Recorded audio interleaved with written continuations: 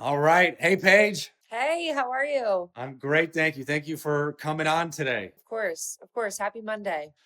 Happy Monday is right. And there's some sunshine in your window. Where are you joining us from again?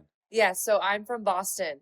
This is the first sunny day we've seen in about 90 days. So it's nice to know that the sun exists. And have you been building your business and everything you're doing? Have you been in Boston for a while? No, actually, so I'm born and raised Boston. I lived in Washington, D.C., Myrtle Beach, Charlotte, and then now I found my way back. So my business has kind of come along with me everywhere I've been, which is crazy. Oh wow, that's the beauty of digital. I know, I Um, know. It's a dream. so today we want to talk about. We want to hear. We want to keep going with that story. Hear more about your story. We want to hear about how you've built up your brand, your personal brand, how you've built up multiple digital products and coaching offerings. I want to hear all about that, and then hear a little bit about your advice you would give to someone newer on their journey. But let's start with you, with Charlotte, Myrtle Beach, Charlotte, back to Boston. Where did you pick up on saying, "Hey, I want to build a personal brand"? And what were you doing, I guess, before becoming a content creator, an online coach? And let's start there. Okay, let's dive right in. So I was a marketing manager, actually marketing sales manager for a big vacation brand in DC, Myrtle Beach, actually a little bit of my time in Charlotte. I was climbing the corporate ladder. I loved it. I will admit that. I won't lie. I loved it. I thought I was going to be the corporate girl forever. I was like, let me climb this ladder, make it my everything, and just see what I can do. And I started at a young age. I became a top sales rep in the company, and then I just kept moving. And 8 years into working corporate, I believe, I got really sick. And I had been doing personal training and nutrition on the side. I had the certifications, I had the knowledge, but it was always just something fun. And then I got really, really sick. And the doctors were like, hey, your stress levels are insane. So I actually got ulcerative colitis, a form of Crohn's disease, just because I was so stressed, working so hard, doing so much. And I was in and out of the hospital. They wanted to put me on medications. And I was like, hang on, I want to see if I can solve this on my own. So I started studying more nutrition. I took more courses. I was able to put myself into remission. And then I was like, wow, I love this. Let me see if I can do this for other people too. So I gave myself a 6 month time frame of, okay, I'm going to take 6 months and see if I can grow my online coaching business and just see what I can do. I was successful. I was able to grow it pretty much through socials. And I got to a point where I was like, okay, I can take this full time. So I took it full time in 2019. um, was cruising. I've hired multiple coaches, but then I kind of hit a point where I was like, okay, there has to be more I can do, and there has to be more of a reach. And I just couldn't figure out how. So it got to a point where like business was cool, everything was great, but you're like, okay, I know I can reach more. How am I going to do that? And then I met Playbook. Well, that's really fun. Well, that's this, and this isn't a plug for a playbook either, but we'll come back to that. No. Um, so that's a great story. So you're full time. Did you start building up your coaching business while you were still working, or did you? Yeah, go there. Yeah, so I did. I built it I gave myself about, I say 3 months, but really in reality, 6 months. So I was working full time and building my business. I was still pretty sick. I wasn't feeling great. So at that point, actually, I was back in my parents' basement because it was COVID times.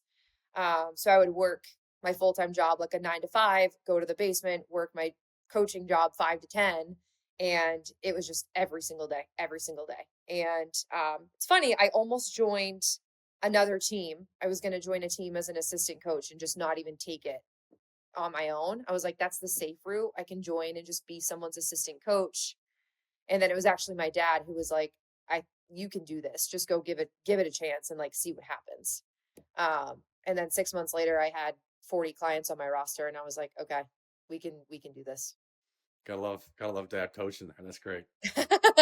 Yeah, he's like, hang on a minute, don't take the easy route. You have to try it yourself. I was like, okay, I'll try it. And then thank God I did, because here we are.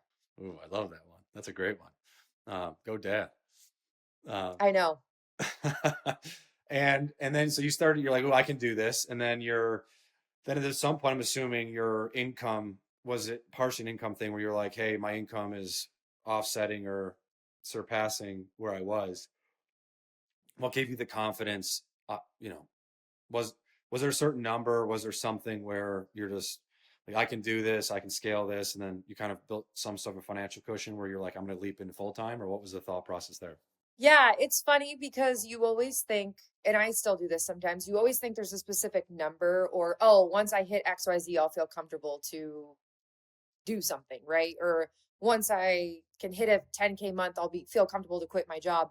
You're never really comfortable doing it. It's scary anyways. Like for me, the number was between an 8 to 10K month and I told myself once you hit that, it's time. And even once I hit that, I was like, "Oh, should I stay and keep doing both?"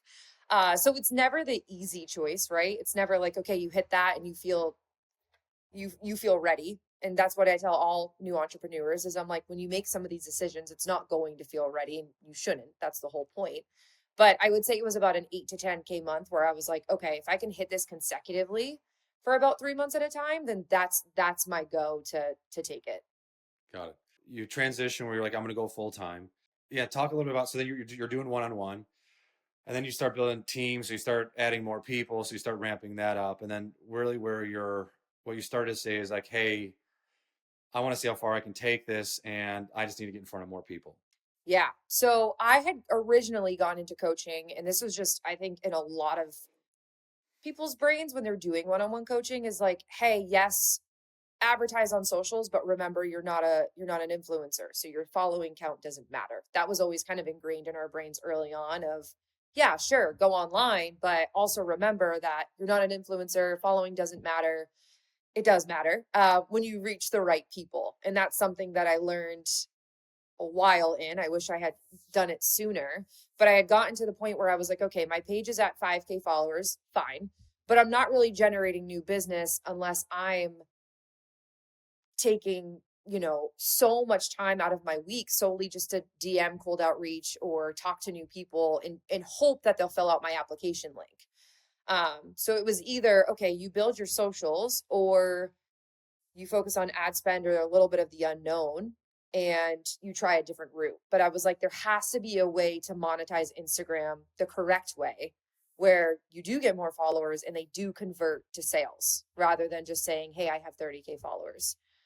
So at that point, I had three coaches underneath me and I had a virtual assistant and then myself. And that's when I was like, okay, I think I need to take this to the next step, add in a new offer, and also upgrade my social media platforms, which is when I found Playbook, which is crazy. Got it. This doesn't mean it's right. The guidance I would give to a creator is assuming you kind of know the whole chessboard of low ticket, high ticket, and all the businesses you can go to is set yourself your learn how to build a personal brand just so you have the skill, and then set up your low ticket so just it's there. So as your personal brand grows, you can kind of scale into, and it's just there might be people who aren't ready to do high tickets, so they can kind of send through. So like set up your low ticket just as a base, your subscription product, your OTP, so people can get a taste of you, and then as your personal brand starts to grow a little bit, you'll have people who will send through your low ticket and your high ticket, and then also you can do all the standard stuff you would do with high ticket. And it's definitely common framework in the space to start high ticket first. And at the same time, the other I think revelation is like, but high ticket. There's creators who do just go low ticket first, where I do feel like high ticket makes you deadly. Where once you really get on a call with a person and you really understand their problems, and it's not just the workout, it's you understand what you need to tell them and how to talk to them, and that translates, and that's so helpful for social media. So really it is kind of at least for a period of time, it's a hybrid model to do high ticket and low ticket, because there's tremendous benefits to both, and that's just not said well, and I think that's not said enough in the space. Absolutely. And I would say too, regardless which one you start with, just make sure you put your all into that. Because what I see happen often is someone starts a high ticket offer and then they immediately are like, now I need a low ticket. And they're just continuously producing new offers where I always say, eat your heart out with one at a time. So regardless of what you start with, would it be great to start with a low ticket offer? Absolutely. But if you went the high ticket route, just make sure you're 100% all in before adding something else. because too often we're just adding so many offers at once without even really selling one. Yeah, that's right. And okay, and then so you do Playbook, you get a coach. This isn't a plug for Playbook. And It just works out. it works out well. Then and then what, I guess, what did you learn there? What was the unlock for you through that process? Couple things. So number one was your socials absolutely matter. Not necessarily again your following count, right? That's an added bonus, but your socials matter based on who you're speaking to, because anyone in the online space knows the number one thing, even Instagram, because I had a call with them. If you talk with them, what they say is produce, produce, produce. So, as a creator, a coach, someone in the online space, they're like, I just need to get videos out there. And sure, you do, but if they aren't going to hit your audience, it's not going to do anything for your business. It'll do something for your platform, not your business. So, in order to make both grow at the same time, Playbook really helped me understand this. And again, not a plug, but it's perfect. It just helped me understand that when you do produce content, there has to be a point to it. And there has to be a way for you to speak to your audience that they understand and also that sells. So it's not just, hey, produce content every single day. It's producing content that provides. Yeah, makes a ton of sense. And okay, and then your journey today, so you've low ticket, high ticket. I guess is kind of what's the pulse of the business today. Where do those things play together in the same sandbox? And then I would, yeah, let's go there. Kind of like just an understanding of how you conduct your offering today. Yeah, great question. So it's funny because I went into my low ticket offer, which is my app, and I was like, cool, I'm gonna blow this thing up. I'm gonna sell it to everybody. That's what I'm building my platform for. But it was funny because once my Instagram started growing, my one-to-one actually took off. So it was already doing very well, but we started with 4 coaches. We now have 7. So we were able to add on 3 coaches, 2 of those being full time. So once I really started to talk to my audience, it was like, wow, my one-to-one's actually blowing up. And it almost wasn't even meant to. It was really meant to speak to the low ticket offer. The way we market things is we do market one-to-one first, in the sense of that's where a lot of our attention goes, just because that business has been growing a little bit longer. But then we do use the app as a bonus, which is really nice, not only to those already in our community, but those coming in that maybe aren't ready for a one-to-one option or simply want a community. So we have our high ticket offer, we have our low ticket offer, and they both actually go together, because there's different things in each one that would make somebody want both, which I think is the best part. So it's not like the two are separate. It's like they coincide very nicely, which is great. Nice, I love that. Yeah, that's what one of the main things that tell creators is, it's because we offer multiple services, is I don't, it's about growth, and it's about building your personal brand, your business. And it's like the skills that you're going to learn are like, great, let it grow. If you want to do more high ticket, great. If you want more brand partnerships, great. If you want to do more low ticket, fundamentally it's you're just learning how the skills and how to grow on social, and then ultimately wherever you take them, that's up to you. That doesn't bother us. So that's awesome to hear. That makes a ton of sense. And I guess, getting to like the last questions are if you were a creator who was, I guess there's 2 questions. One question I like to ask everybody is, there's a lot of limiting beliefs that come with being a creator. There's a lot of, as a new creator, you're putting yourself out there. You start getting, anytime you put yourself out there, the first thing that happens is you're gonna get judged, and you're gonna get shitty people saying shitty things. Um, I guess, how has that happened? How has that happened in your life? How have you dealt with it? Just the fear of putting yourself out there, of creating content, having haters, have people say shit. How has that been a part of your life? And then how do you deal with that? Yeah, so crazy. I actually had she was like low key, but a low key stalker a couple of months ago, who just found one of my videos and hated it. No reason, just hated it. And found my mailing address, sent me hate letters, like did the whole 9. Like she was like, I hate this girl. Could never get a reason why. Like I would respond to her and be like, hey, I would just love to know why you hate me. And she would just say, you know why I hate you. Found me on Instagram, Facebook, my email, my application list, my app. She found me everywhere. And It is still a gut punch. I will admit that. I think anytime you get somebody that's mean to you, it still sucks. It's not like you just walk away and you're like, okay. It still is a little bit of a gut punch where you're like, dang, that one hurt a little bit. But I think it's just also it's recognizing a couple things. And number one, they're just behind a computer screen like you are too, right? And clearly they're hurting. Like I felt bad for her almost. I'm like, dang, you must be going through some shit right now. Like that sucks. That's number one. Number two is that people are only jealous of you if they wish they were where you are. So no one that's above you has the time to sit back and talk bad about you or talk bad to you. And it's just that constant reminder. I have a sticky note in my office of like, they're not talking about you if they're above you, right? Because they're not. They don't have time. So it's also looking at it as like that of like a, hey, they must be hurting. And also B, if they're talking about you, it's not worth your time and you don't want to be where they are anyways. So it's crazy out there. I love it. You know, I work with so many folks, and you hear the same threads over and over again, and it's there's nothing you can do but tell the creators like, listen, it's a part of the business. It's a part of putting yourself out there and just having a business. Period. Because any business you're in today, you're going to be putting out content to market. But but yeah, it's like you need to tell your haters and just you can put it in your computer. It's like, dude, anyone saying anything is just that's just an internal reflection of something's wrong with them internally, because that's exactly what it is. It's Yeah, and I say the same thing in regards to a launch. I say this to a lot of new entrepreneurs or creators I'm talking to. I'm like, when you launch something and it's a flop, no one knows but you.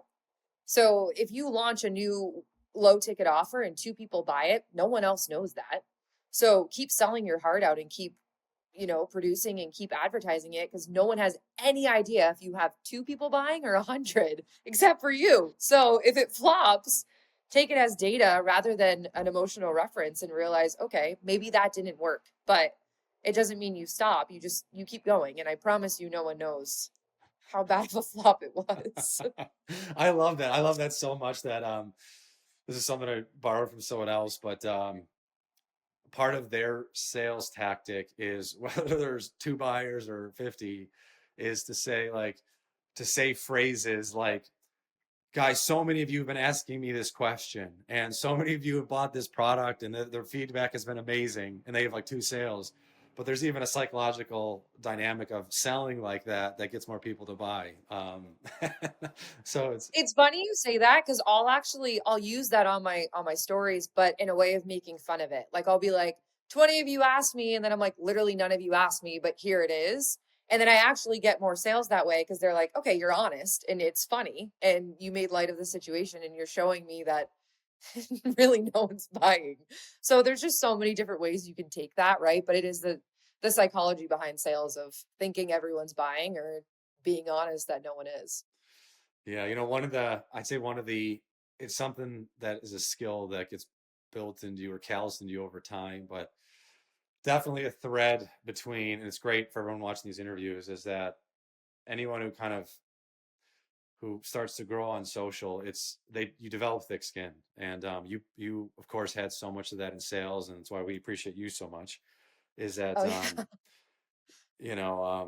you don't really have a choice but to just like sale. It's business, and business is a lot of rejection, and business is dealing with a lot of shitty people, and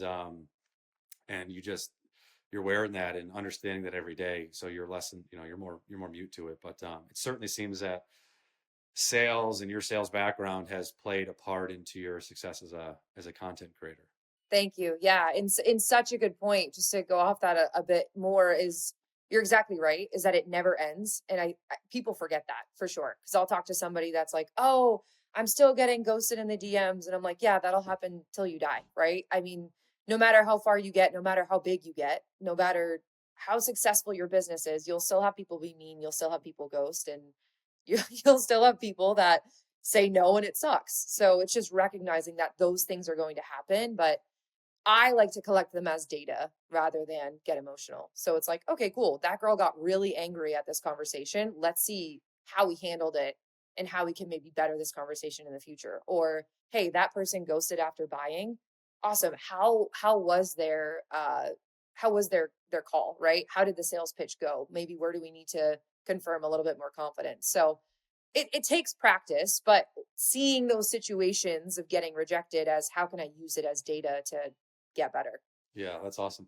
And there are a lot of those threads where it's like the being able to getting customer feedback, dealing with rejection is a very common theme. And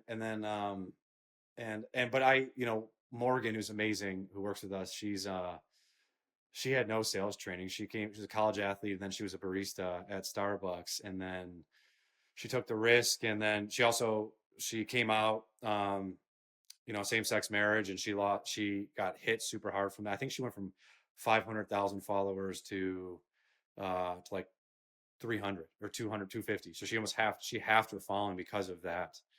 Um, Wow. but the moral of that story is that you don't necessarily have to have a sales background, just to understand that you're going to be building up the muscle, that you're going to have to be resilient, and you're going to have to you're going to face a lot of those people. I see that's one key thread to being a successful creator. The second key thread is, and I don't want to lead the horse to water here, but you went to sales, and then you kind of said that's part of an identity thing to you, where something you were doing, and assuming you kind of developed a framework how to get better and better at sales. And then you're just like, hey, I'm gonna go figure out this fitness and nutrition stuff. So it sounds like personal growth, personal development has been a part of your life. I guess how consciously or unconsciously do you think about that? Is it kind of just like I go into something? Is it, do you do a lot of homework? Do you buy courses? Like, do you have a framework for how you learn something new and how you continue to evolve? Or Such a great question. I think there's a couple different answers. So number one is absolutely education, learning. I'm always looking for new courses, not even just in the nutrition space, but in the sales space, of how to get better. I'm actually in a new nutrition course, which I don't necessarily need, but I'm like, let me see if I can learn something new. I also learned, especially in my 20s, now in my 30s, is who you surround yourself with is everything. So I'm always like, cool, I don't want the friends that, no offense, friends, but I don't want the friends that are doing less than me. I want the ones that are better than me. And I want the ones that I'm like, what can I learn from you? What can you teach me? What can you, and vice versa, right? Maybe I'm teaching them something too, but I think who you surround yourself with, not just in business, but also at home and in your personal life, is huge. Because if you're expecting to become a $1 million creator, but your weekends are spent with the Joe Schmoes that go to the bar till 4 a.m., you're kind of looking at your future in two different lenses, right? So you kind of got to make a choice. So I would say definitely learning, evolving through education. Number two is who you surround yourself with.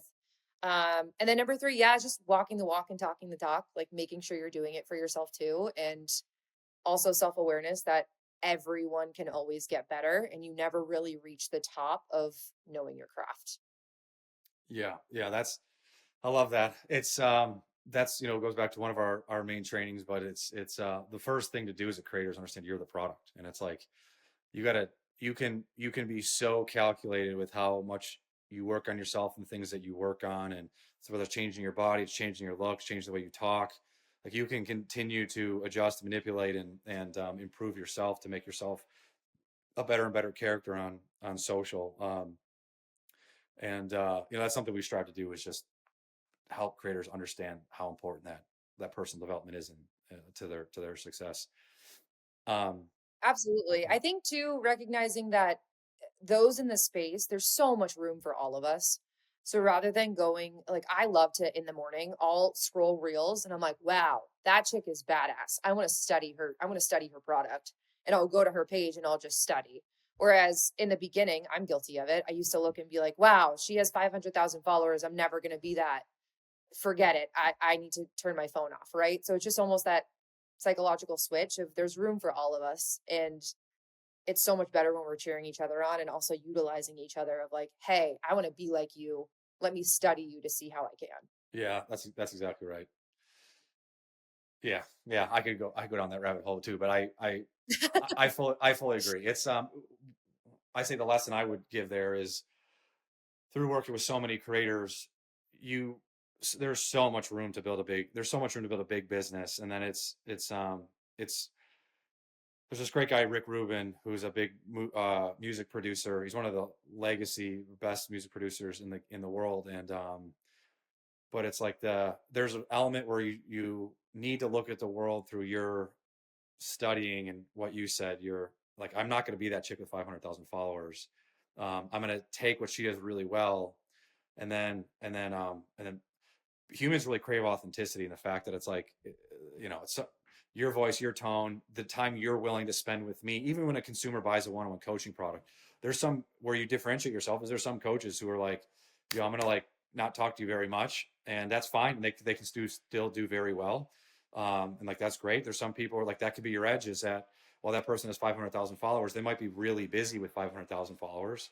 They're not going to offer a low ticket business, or even in their low or high ticket business, even in their low ticket business, because they brand partnerships and whatever, they're just not going to spend as much time in the product. And that's where I'm going to be someone who's just going to give a little more love, even in my low ticket. I'm going to spend more time in my community, and I'm going to talk to people in a slightly different way. So they're through your who you are as a person, through what you deliver as a product, there's so much room to differentiate, and there's room to create better experiences. So that was a great soundbite that you shared there. No, yeah, 100%. I couldn't agree more. Um, and I'd say if you're for the brand new Paige coming out of college, or is in high school and is like, hey, I don't even know if I want to go to school, and I want to become I want to be a full-time content creator. I want to be a coach. A lot. I think being a coach is one of the coolest jobs you can have, where you get paid to help other people, and like really have a huge impact in people. So it's a coveted job, so to speak. But what would you, for someone new starting off, what would you tell them? Maybe in terms of offering, maybe in terms of social media, maybe in terms of working on themselves. But what would be your what would you tell them? Yeah, prioritize your health, 100%. Prioritize yourself. You are the walking. Whether you want to become a creator for fitness or not, right? Prioritize yourself, prioritize your health. Number two, and this is going to hit hard, I think, for anybody, but you are always selling. You can't expect things to come to you. So I watch so many creators or new entrepreneurs get in the space. They're so excited. They launch an offer and they sit back and they're like, okay, where is everyone? And it's like, you are always selling. It's not always going to be everyone coming to you. So prepare yourself for that, of always be selling. And then number three, I would say, is patience, because so often we launch something and we expect it to just take off. But if you think about like an Abercrombie and Fitch, or really anything these days, right? It took time for them to figure out their path and their niche and who they were speaking to and how to be successful. So it really is something where it does take time. And then lastly, comparison, we know, is the thief of joy, but also in this space, it just makes no sense, because there's some creators that they take off in 4 months. There's some creators that they need a couple years. So it's really your own path. And it's unfair to compare, because it's such a different journey for everybody. That's awesome. Those are great ones. Well, Paige, thank you. This was awesome. Thank you so much for this, and Yeah, of look course. forward to hearing more from you. Awesome. Thank you so I'll much. talk to you soon.